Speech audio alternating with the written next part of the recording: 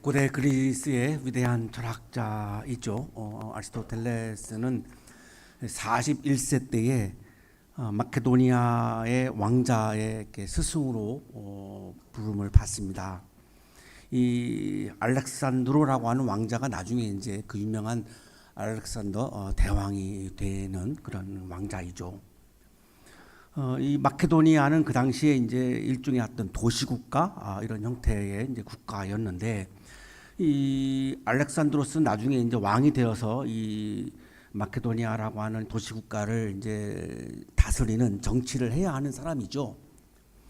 그래서 이제 가정교사 스승이 되어서 이 왕자를 가르치면서 그 시기에 그 유명한 폴리티카라고 하는 책을 씁니다. 아마 왕자를 가르치기 위해서 쓴 것으로 그렇게 보입니다. 이 도시국가의 성격을 규명하고 이 도시국가의 이 정치가가 어떻게 정치를 해야 하느냐라고 하는 내용을 쓴 거죠. 자기 스승인 이제 플라톤이 국가라고 하는 책을 썼죠. 이걸 상당히 비판적으로 씁니다. 그러니까 플라톤은 굉장히 좀 이상적인 거를 추구한 철학자인데, 아리스토텔레스는 의사 아들이에요. 그러니까 요즘으로 말하면 플라톤은 문과고 아리스토텔레스는 좀 이과예요.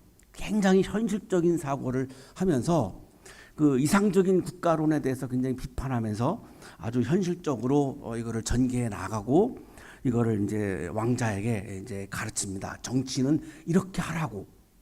그런데 이 폴리티카라고 하는 이 말이 폴리스, 도시국가를 말하죠. 이 폴리스에 관한 이야기 이런 뜻입니다. 이 폴리스라고 하는 게 이제 도시국가를 말하는데 그냥 단순히 어떤 국가, 도시를 의미하는 게 아니고 공동체를 의미합니다. 이 공동체가 얼마나 중요한가, 이 왕자가 나중에 왕이 되어서 다스리는 이 공동체가 얼마나 중요한가에 대해서 강조를 합니다. 왜냐하면 모든 사람은 공동체 안에서 살아야 하고, 공동체가 없으면은, 국가가 없으면 나의 어떤 생명과 가정과 안전을 아무도 지켜주지 않습니다. 외적이 침입해서 내 것을 다 빼앗아갈 수도 있고, 뭐 강도가 와서 다 빼앗아갈 수도 있고, 그래서 군대와 경찰이 존재하는 거고, 또 은행도 뭐 존재하고, 학교도 존재하고, 이 국가 안에 여러 가지 많은 기관들이 없다면, 거기에 내가 속해 있지 않는다면 내가 좋은 삶에 이룰 수 없다라고 얘기하는 겁니다. 그래서 개인도 중요하지만 이 공동체가 얼마나 중요한가를 이렇게 전개해 나가는데, 우리가 어릴 때부터 들었던 그 유명한 말이 여기서 나옵니다. 인간은 사회적 동물이다. 인간은 정치적 동물이다. 우리가 어릴 때부터 들어온 말인데, 이 폴리티카 제1관 2장에 나오는 말입니다. 인간은 본성적으로 국가를 이루고, 굉장히 중요하죠. 본성적으로 반드시 국가에 속해야 한다는 겁니다. 공동체에 속해야 한다는 거죠. 본성적으로 벗어날 수가 없다. 벗어나면 안 된다는 거죠. 그러면 행복에 이를 수 없다는 겁니다. 국가를 이루고 살아가게 되어 있는 정치적 동물이다. 이 말이 우리가 어릴 때부터 들어왔던 바로 그 말입니다. 인간은 사회적 동물이다. 근데 정치적 동물이다라고 말했는데 이게 왜 자꾸 사회적 동물이라고 번역이 됐을까? 그러니까 폴리티콘 조온 이렇게 돼 있습니다. 그러니까 이 그리스어로는 폴리티콘 조온, 그러니까 직역하면 정치적 동물이 맞는데 이걸 사회적 동물이라고 번역한 이유가 있는 것 같아요. 제가 보기에는. 왜냐하면 여기 정치적 동물이라고 하는 말은 우리 인간은 정치적이야 이런 말이 아니고, 폴리티콘 존, 공동체에 속해 있는 존재 이런 의미입니다. 그러니까 공동체에 속해 있다라고 하는 것을 강조한 건데, 그냥 정치적 동물로 그냥 직역을 해버리면 이 의미가 달라질 수 있기 때문에 아마 많은 분들이 사회적 동물이다 이렇게 아마 번역을 한 것으로 그렇게 보입니다. 우리는 다 공동체 안에서 살아가고 있는 존재이다. 공동체 없이는 우리는 존재할 수 없다. 공동체가 없으면 우리는 행복에 이를 수가 없다. 그래서 니코마스 윤리학에서 행복론을 쭉 전개하죠. 공동체 안에서 우리가 행복에 도달할 수 있지, 공동체를 떠나버리면 우리는 행복에 도달할 수 없다. 내 삶의 목적을 실현해 나갈 수가 없다. 그러면서 이렇게 말합니다. 국가에 속하지 않은 자는, 다시 말하면 공동체에 속하지 않은 자는 인간일 수 없는 자이거나, 인간일 수 없다라고 하는 것은 짐승을 말하는 겁니다.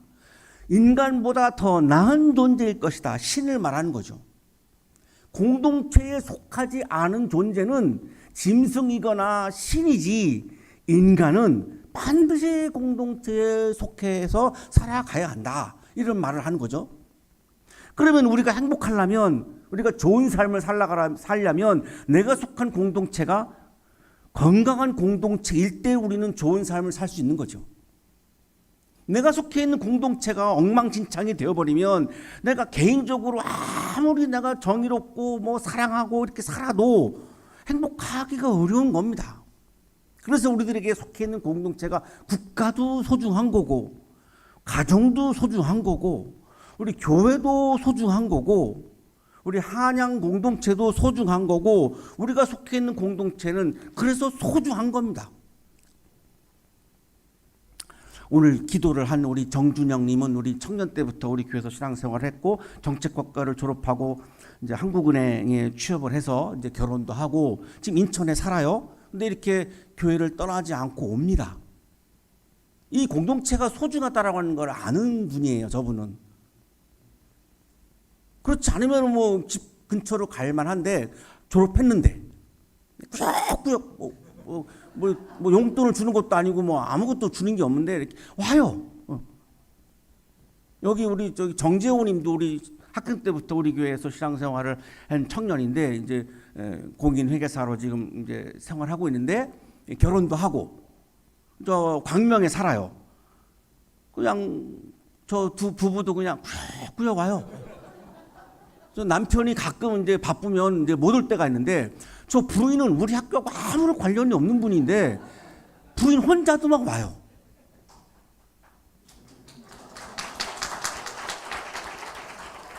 이 공동체의 소중함을 아는 분들입니다. 여기 우리 청년들이 이제 여러분 많이 계시는데 저는 가끔 그런 상상을 하거든요. 저 우리 청년들이 너무 예뻐요. 근데 머리가 하얘 가지고 이제 나중에 이제 할아버지 할머니가 돼가지고 이 자리에서 예배드리는 풍경, 저 그거 막 상상해요. 제가 못 보겠죠. 저는 이제 그때 가면 다 이미 죽었으니까. 근데 막 상상을 합니다. 그러면 너무 아름다운 거예요, 그 모습이. 그게 공동체를 소중히 여길 줄 아는 사람들이어서 아리스토텔레스가 이렇게 말하는 거예요. 공동체를 소중히 여기지 않는 사람은 짐승이거나 신이라고. 그래서 우리가 공동체를 소중히 여긴다면 전교인 총회 때도 우리가 다 참여해야 되고, 전교인 수련회 또 전교인이잖아요. 전교인. 그럼 내가 교인이면 다 참여해야 되는 거고, 내일 모레 바자회 하는데 물건 하나라도 내면서 내가 참여해야 되는 거죠. 그게 내가 공동체를 소중히 여길 줄 아는 사람이죠. 그리고 이 예배의 자리를 지키고, 제가 이런 설교는 태어나서 처음 합니다. 아니, 이 아리스토텔레스를 읽다 보면 정말 이분의 마음이 뭔지 간절한 마음이 막 느껴져요. 우리 국가도 건강해야 되고, 가정도 건강해야 되고, 요즘 우리 한국교회 공동체가 막 무너지는 것 같아서 마음 아픈데 교회도 좀 건강해져야 되고, 우리 사회도 건강해야 되고, 또 우리 한양 공동체도 정말로 건강해야 되고 부흥해야 되고, 다 이게 우리들의 간절한 마음이 모아져야 가능한 거지 저절로 이루어지지 않거든요. 오늘 본문에서도 바울이 강조하는데 한두 사람의 리더로 되지 않는다는 걸 강조합니다. 아리스토텔레스는 이 책에서 결론적으로 그걸 강조하는 겁니다. 알았대, 내가 덕을 완성하려면 이 덕은 혼자서 이룰 수 없다. 관계 속에서 이루어질 수 있다. 공동체 안에서 이루어질 수 있다. 공동체 안에서 나에게 주어져 있는 일들이 있죠. 다 일들이 있어요. 여기 성가대도 있고, 헌금을 정리하는 분들도 계시고, 또 주방을 관리하는 분들도 계시고, 다 우리 일이 있어요. 크든 작든. 그거를 내가 소중하게 여기고 그 일을 하는 거를 서로가 격려해주고, 그거를 뭐 크다 작다 이렇게 차별하지 않고, 이렇게 우리가 다 나에게 맡겨진 일들을 성실히 기쁨으로 감당할 때에 우리 모두는 좋은 삶에 도달할 수 있다를 강조하는 겁니다. 교회 공동체도 마찬가지죠. 우리 바울은 오늘 본문에서 바로 이 부분을 강조하는 건데, 신앙은 내면적인 감정도 아니고 머리에 들어있는 이런 이성적 관념도 아니라는 겁니다. 신앙은 관념도 아니고 그리고 감정도 아니라는 거죠.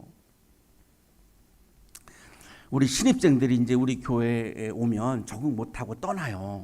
그 이유 중에 하나가 뭐냐면, 이제 중고등학교 시절에 이제 교회 중고등부 가면 막 찬양 막 전자악기로 막 해서 막 다 함께 막 울면서 막 찬양하고 막 이렇게 감정적인 부분이 굉장히 많아요. 일반 교회 이 중고등부 가면. 근데 우리 교회 오면은 굉장히 이성적이잖아요. 그러니까 굉장히 낯선 거예요. 적응하기가 어려워요. 제가 그 심정을 내가 충분히 이해해요. 제가 청소년 사역을 해본 사람이기 때문에. 근데 조금만 1년만 견디면 여기가 더 좋다는 걸 알 텐데 하고 하는 참 아쉬움은 많이 그런 남습니다. 신앙은 감정이 아닙니다. 신앙이 어떻게 감정입니까? 그러면 예수님이 감정적인 분인가요? 막 예수님은 막 감정대로 막 하셨나요? 굉장히 이성적인 분입니다. 그 이성을 뛰어넘어서 영적인 상태까지 간 거잖아요. 신앙이라고 하는 영역은 이성과 감정을 뛰어넘어서 영적인 상태까지 막 올라가는 거잖아요. 여기서 중요한 것은 우리들의 실천, 윤리, 우리가 성실하게 나의 책임을 감당하는 거, 이게 중요하다는 겁니다. 이거를 오늘 본문에서 바울도 굉장히 강조합니다. 제가 학교를 졸업하고 첫 목회를 나갔더니, 담임 목회를 나갔는데 첫 봉급을 받았는데 10만 원입니다. 제가 기분 나빴을까요? 기분이 좋았을까요? 저 기분 너무 좋았어요. 태어나서 월급이라는 거를 좀 처음 봤잖아요. 근데 10만 원이라고 하는 액수가 눈에 안 보여요. 그냥 좋은 거예요. 그거면 내가 먹고 살 수 있으니까, 총각이었으니까요. 결혼을 하니까 생활비가 참 많이 들어갑니다. 혼자 있을 땐 정말 안 들어가요.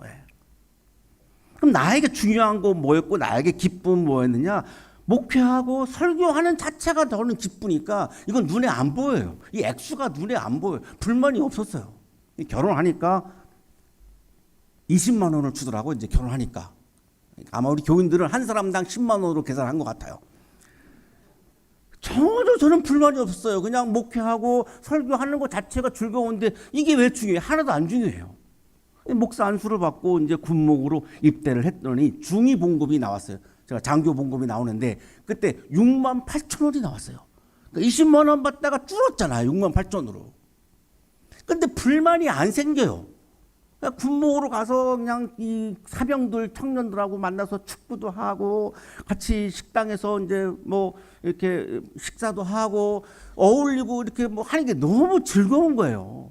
그리고 이 아이들이 교회 와서 성경을 공부하고 싶다 그러고 뭐 인문학도 공부하고 싶다 그러고 그런 눈빛이 바짝바짝 하는 이 청년들이 너무너무 예쁘니까 그게 즐거우니까 6만 8천 원은 이게 눈에 보이지 않아요.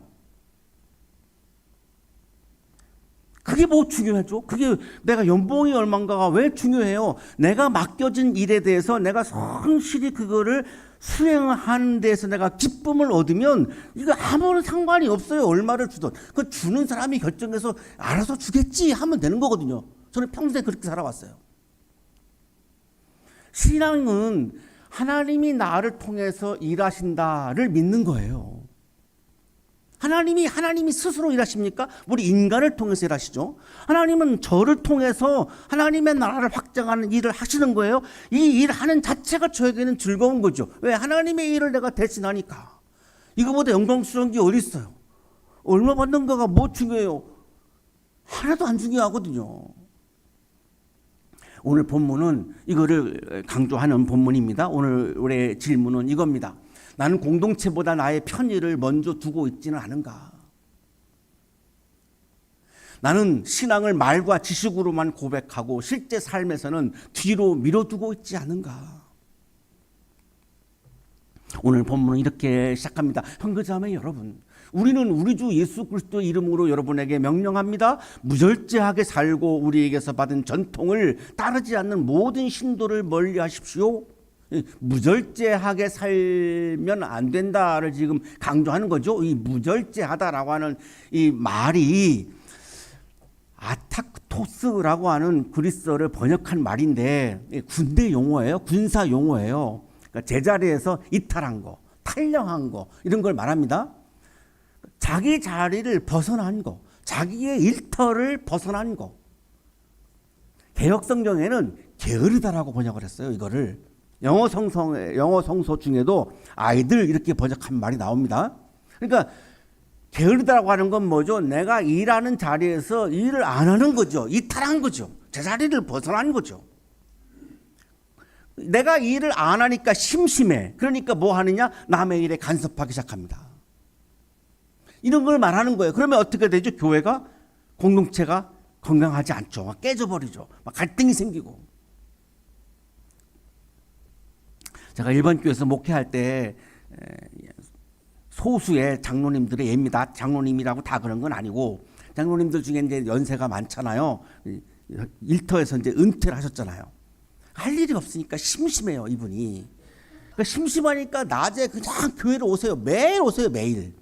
교회 오셔가지고 심심하니까 간섭하기 시작하는 거예요. 우리 부목사님들, 전사님들 이렇게 일하는 거에 대해서 막 간섭하고 잔소리하고. 그러니까 우리 부목사님, 전사님들이 저한테 와서 그 장로님 때문에 미치겠다고 막 저한테 막 하소연을 합니다.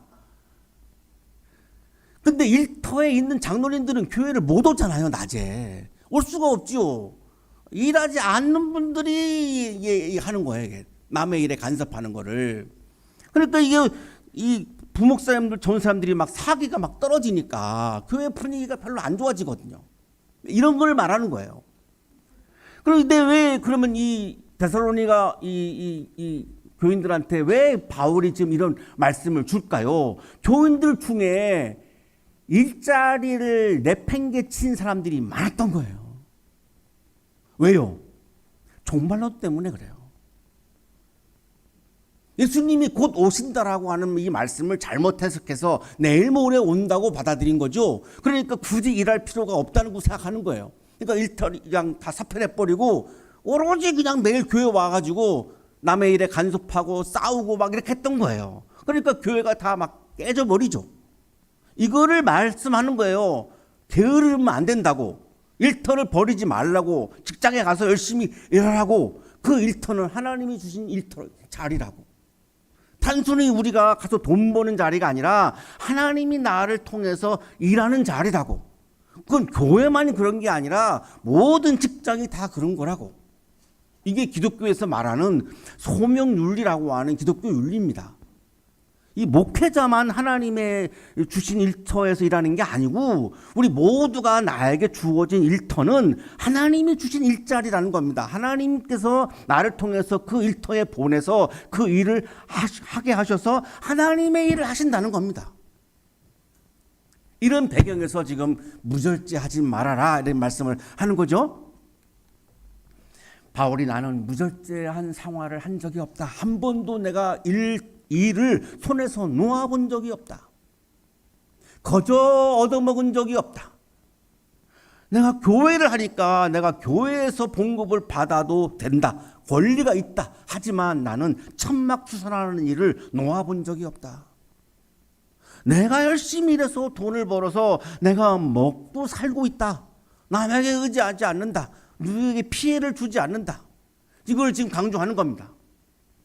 이거를 비판하기 위해서 그러는 말씀을 하는 게 아니라 공동체의 건강함 때문에 말하는 거죠. 이 교회가 공동체가 건강해져야 되는데 모든 교인들이 자기 일자리를 다 버리고 와가지고 여기서 갈등하고 싸우니까 교회가 건강해질 수가 없거든요. 그러니까 다시 일터로 돌아가라 이 말이에요. 다시 일터로 돌아가라. 이거를 내가 본을 보였지 않느냐. 나도 천막투선하는 일터에 가서 일하고 있지 않느냐. 여러분 잘못된 종말론에 빠져서 이렇게 그냥 일하지 않는 무의도식하는 삶을 하면 안 된다. 이거를 요약하면 이런 말이에요. 근면하고 정직하고 겸손하고 봉사하며 일을 열심히 해라. 이거를 내가 본을 보인 거다. 리더가 먼저 이렇게 근면하고 정직하고 겸손하고 봉사하면서 일을 열심히 해야 공동체가 건강해질 수 있는 것이다. 일하기 싫어하는 사람은 먹지도 말라라고 하는 것을 거듭 명하였다. 여러 번 바울이 이제 강조한 거죠. 단호하게 이거를 말한 겁니다. 일하기 싫어하는 사람은 먹지도 말아라. 여기 왜 일하기 싫어하는 사람을 말씀할까요? 조금 전에 말씀드렸던 그 배경입니다. 종말론 때문에 일터를 다 버리고 교회에 와 있는 사람들. 일 안 해? 그럼 먹지도 마. 이러죠. 일하지 않으면 먹지도 마. 무절제한 사람들, 일을 안 하는 사람들은 어떻게 하느냐? 여기 나오죠. 일을 만들기만 한다. 일을 만들어서 교회를 자꾸 갈등을 일으키고 교회에 자꾸 어렵게 하고 시험 들게 하지 않느냐. 오히려 공동체의 건강과 평안을 해치지 않느냐. 세계적인 신약학자 톰 라이트가 이렇게 설명해 줍니다. 바울은 이런 사람들을 참견하기만 좋아하는 사람들이라고 부른다. 그 원인은 곧 세상이 끝날 것이라는 오해에 있었다. 내일 세상이 끝난다고 하면 더더욱 내게 맡겨진 일을 오늘도 최선을 다해서 해야 되는 거죠. 왜냐하면 시간이 없으니까 더 할 수가 없잖아요. 하고 싶어도 못 하잖아요.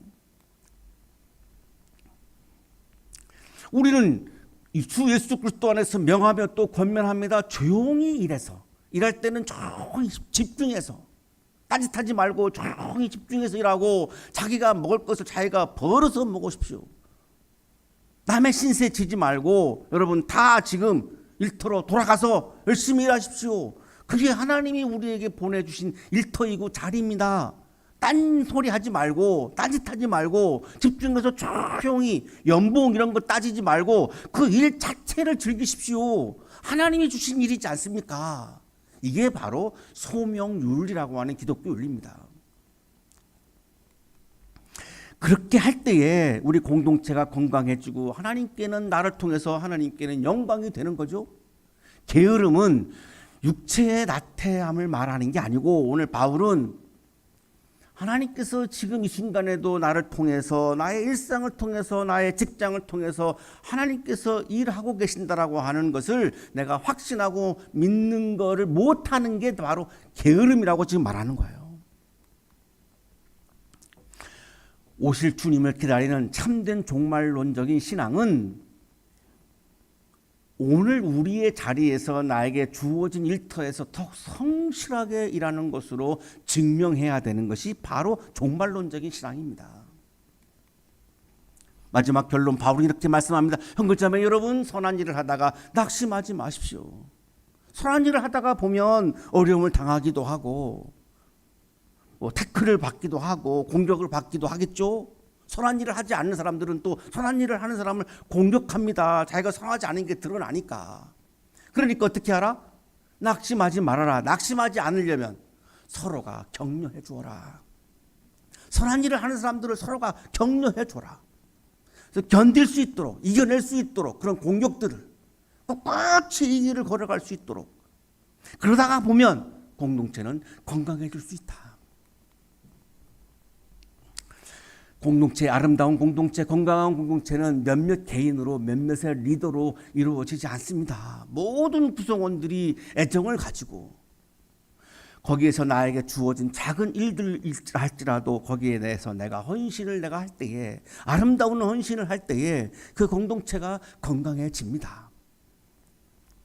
성실하게 나에게 주어진 일을 하나님이 맡기신 일을 성실하게 감당하는 사람들을 우리는 격려하고 그것이 작든 크든 간 그걸 비교할 것이 아니라 하나님이 주신 일이라고 하는 이 공통 분모는 우리 모두가 가지고 있기 때문에 서로가 그거를 격려해 주므로 우리 모두가 맡겨진 일들을 성실히 하다가 보면 전체 공동체는 살아나고 아름다워지고 건강해집니다. 17세기 프랑스 파리의 카르멜 수도원에서 생활했던 이 로렌스 형제라고 하는 분이 신학자도 아니고 설교자도 아니고 이 수도원에서 주방 일을 했던 분입니다. 감자를 벗기고 접시를 닦고 수도원 안에서 가장 작은 일이라고도 볼 수 있어요. 근데 이분이 아니면 먹고 살 수가 없잖아요. 그래서 본인이 이렇게 고백을 해요. 하나님을 사랑하기 위해 나는 내가 맡은 일을 사랑합니다. 하나님을 사랑한다는 말은 하나님이 나에게 맡겨주신 일을 사랑하는 겁니다. 이렇게 고백해요. 나는 주방에서 냄비를 닦을 때나 예배 때나 하나님 앞에 동일하게 서 있습니다. 예배를 드릴 때도 나는 하나님의 자녀이고 주방에서 일할 때도 나는 하나님의 자녀이고 똑같습니다. 이게 왜 차별이 있습니까? 저에게는 없습니다. 감자를 깎고 설거지하는 일이 저에게는 너무나 귀한 일입니다. 왜? 하나님이 맡기신 일이니까요. 이렇게 고백하는 거예요. 그의 일상은 작아 보였지만 그의 성실함은 수도원 공동체를 지탱하는 아주 강력한 영적인 힘이 됩니다. 나중에 이분이 하나님 임재 연습이라고 하는 책을 썼고 세계적인 유명한 책이 되었습니다. 전 세계 그리스도인들에게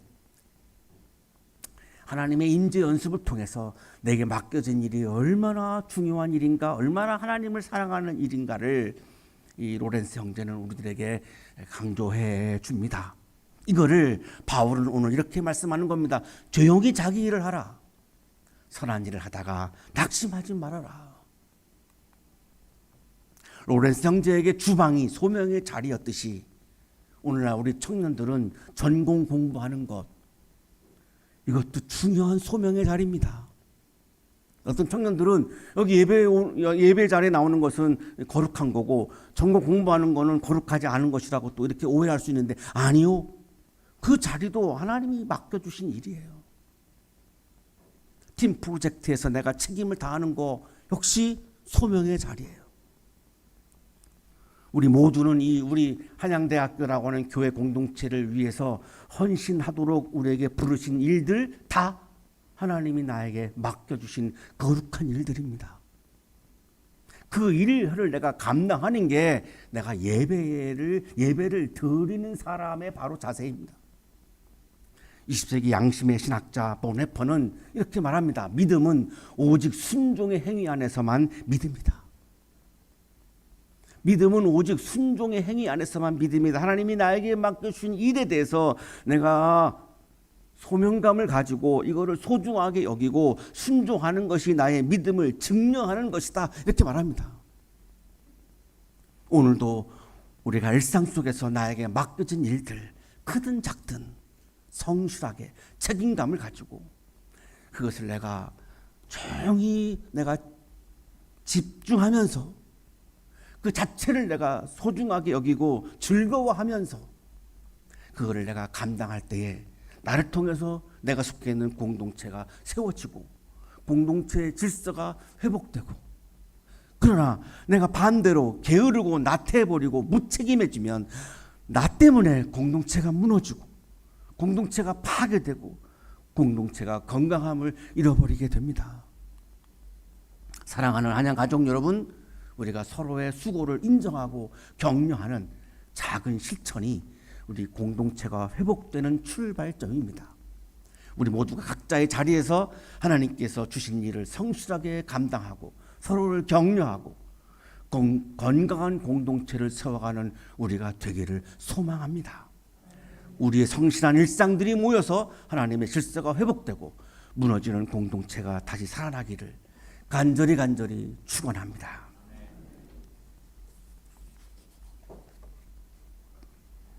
사랑의 하나님, 우리에게 맡겨진 삶의 자리에서 게으름이 아닌 성실함으로, 무책임이 아닌 책임감으로 살게 하소서.